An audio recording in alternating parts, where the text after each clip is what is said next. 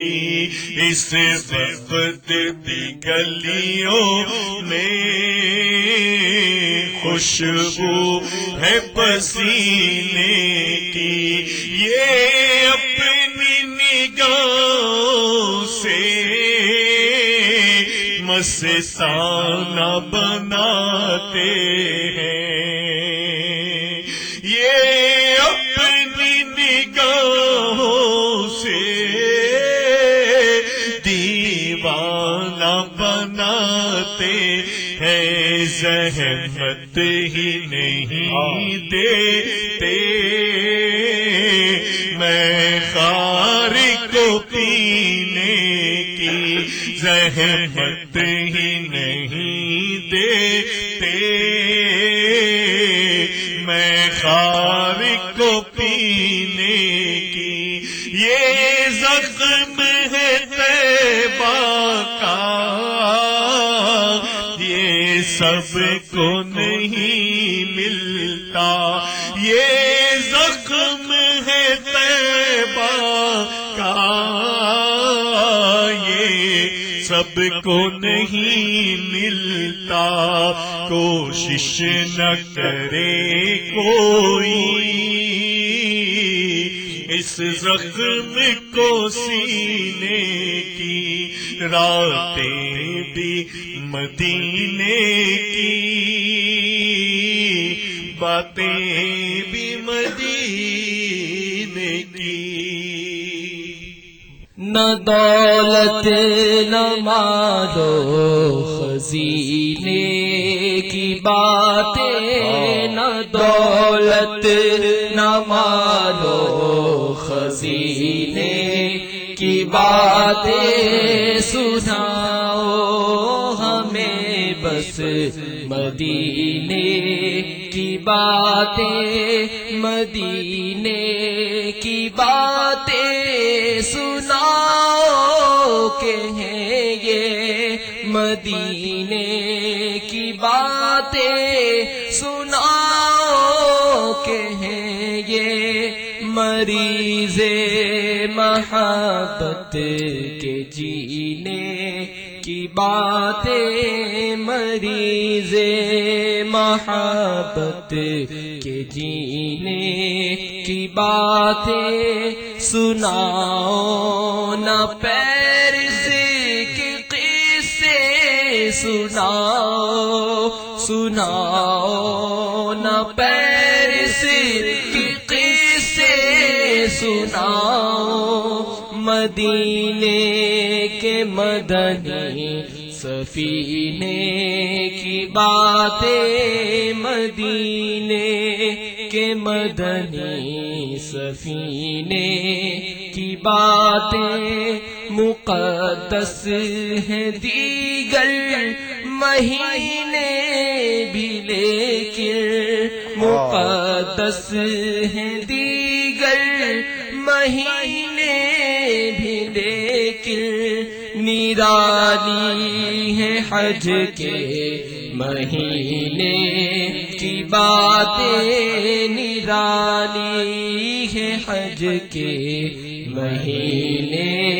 کی باتیں، میرا شاہ سینہ مدینہ بنا دو، میرا شاہ سینہ مدینہ بنا دو، میرا شاہ سینہ مدینہ بنا دو، رہے سوچ میں بس مدینے کی باتیں، رہے سوچ میں بس مدینے کی باتیں سناؤ ہمیں، بس مدینے کی باتیں۔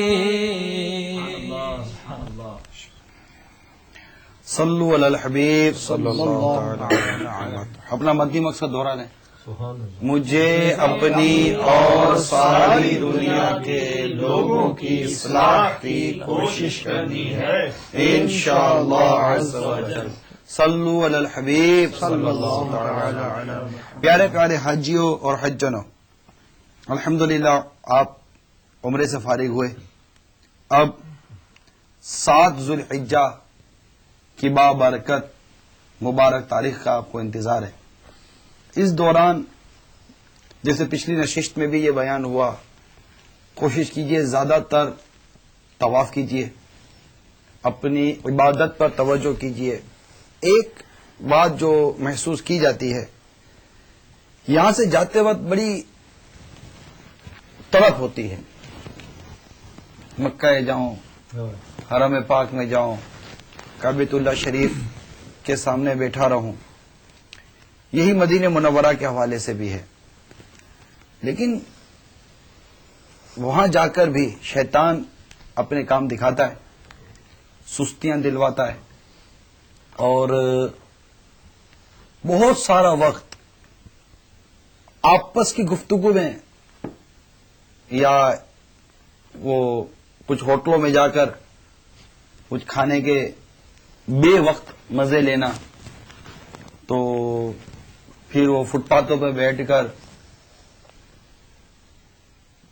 وہ معاملات جو ہم اپنے شہروں میں کرتے رہتے ہیں، چاہے وہ گفتگو کے حوالے سے ہو، کھانے پینے کے حوالے سے ہو، ٹھیک ہے، جو ضرورت کی چیزیں وہ اپنی جگہ پر ہیں، لیکن سوال ہے کہ اے مدینے کی یاد میں تڑپنے والے، اے حرم پاک کی یاد میں مچلنے والے، وہاں پہنچا، کتنا وقت گزارا حرم پاک میں، کتنا وقت گزارا ہے کعبۃ اللہ شریف کے سامنے، اور کیسی یکسوئی پائی۔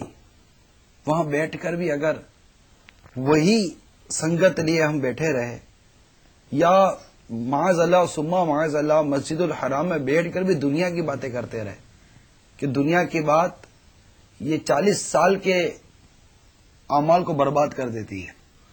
مسجد الحرام اور مسجد نبوی شریف میں بیٹھ کر کہا لگاتے رہے، زور زور سے ہنستے رہے کہ مسجد میں ہنسنا یہ قبر میں اندھیرا لاتا ہے۔ اس طرح کی کئی وعیدات احادیث مبارکہ میں موجود ہیں۔